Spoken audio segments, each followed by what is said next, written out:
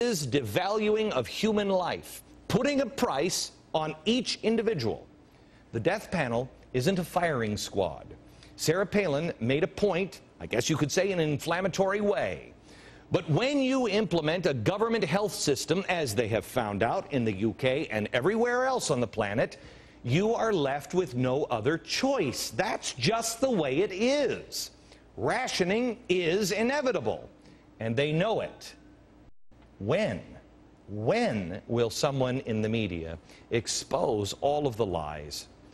Here's Dr. Rand Paul. He is the chairman of the Kentucky Taxpayers United. Hello, Rand. How are you? Good to be with you, Glenn. Good to be with you. I had you on the radio show, what was it, last week? When you, yes. When you announced, and I spent about 20 minutes, you're running for senator in Kentucky. From Kentucky, yes, for the U.S. Senate. Right, and I have to tell you, you may be one of the only politicians that I shut off the microphone and went, I think I agree with him, and I strangely trust him. So either my gut's gone all crazy, or maybe you're the real deal. It's good to talk to you. What? It's funny, on the way home, I was reading a little book called Common Sense on the plane, and I thought it sounded like something I might have written. Oh, stop it, Rand. You know, I'd like to invite you at some point to come on the show and talk, because you are not your father. I don't mean that as a slam to your father, but you have some different views from your father, and I'd like to explore some of those. Anyway, tell me about, am I wrong in saying, without any inflammatory speech here, don't call them death panels, just let's call them what they are. You have a certain amount of money and a certain amount of people. You can't give everything to everybody. Isn't it inevitable that you have to make tough choices? Well, you know, the president says he's not going to pull the plug on Grandma, but I think what he really means is he's not going to put the plug in the first place, because you have to decide. Some committee's going to decide what is the cost-benefit analysis for Grandma. Right. Grandma's not just your grandmother, she's a statistic, and we have to decide what is the cost to society to keep her alive, and I think she won't get plugged in. Her ventilator won't be plugged in if she's 92 years old, right, because society may say we don't have enough money to do that. Okay, there's a couple of things here that Tom Daschle defined his federal health care board in his book Critical, What We Can Do About the Health Care Crisis. Remember, this is the guy that was going to be the head of the HHS. He said, like the Federal Reserve, which worked out so well, the Federal Health Board would be composed of highly independent experts insulated from politics. Congress and the White House would relinquish some of their health policy decisions to it. For example, a shift to more effective drug service would be accomplished without an act of Congress or the White House. What does that mean? Well, and you're right. It's based on sort of the same concept they do in Britain with the NICE committee. They decide what your life is worth over the final 6 months, and they will only spend about $22,000 on medication. So you have families. You have a guy with cancer right now in Britain who wants a drug that's called Sutent, but it's going to cost $54,000, so they just tell him, you're out of luck, you cost too much. Okay. We don't have enough money for you, because the average person is only going to be worth about $22,000 in medicine. Okay.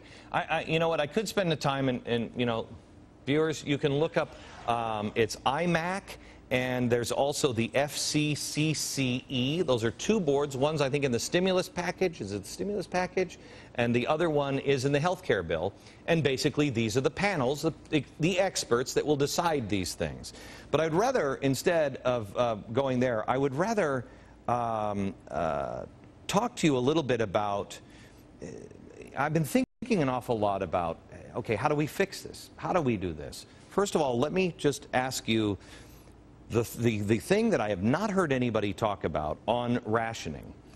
Okay, yes, if the government's not making the decision, the capitalist system makes the decision by, I'm sorry, we can't afford that, and you know, you're just going to, grandma's not going to get the heart and lung whatever because she can't afford it. And everybody will say that that's horrible, but if you allow people with money to be able to do it, doesn't that make that treatment eventually, that very expensive treatment, cheaper years down the road. If you don't have that capitalist money pouring in for the new expensive technology, it never is invented. You never grow, do you?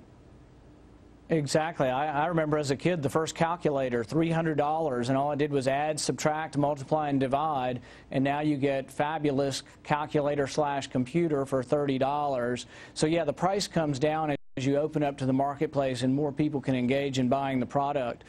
But I think what we have to look at is some people say, well, we don't want the government making the decisions, and they say, oh, well, now the insurance companies make the decisions.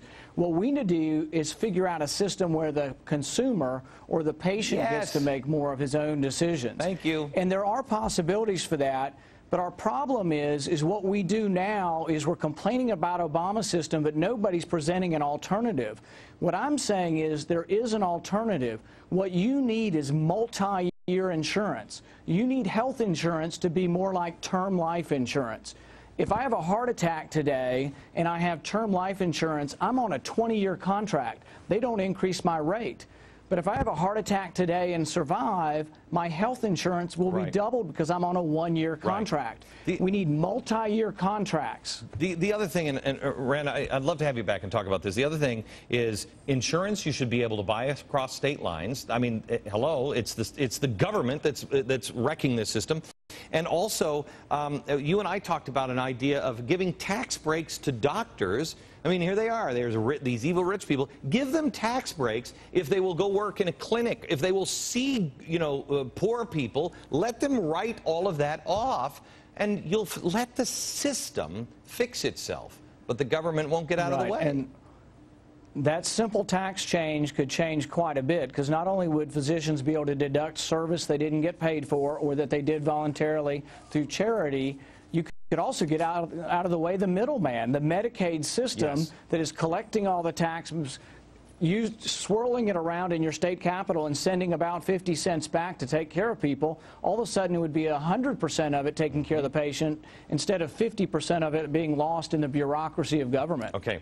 Rand, thank you very much. Again, running for the Senate in Kentucky, Rand Paul. Now, you may have seen President Obama present the Medal of Freedom winners this week. What he didn't tell you about some of the recipients, and does it say anything about him that we should know? Next.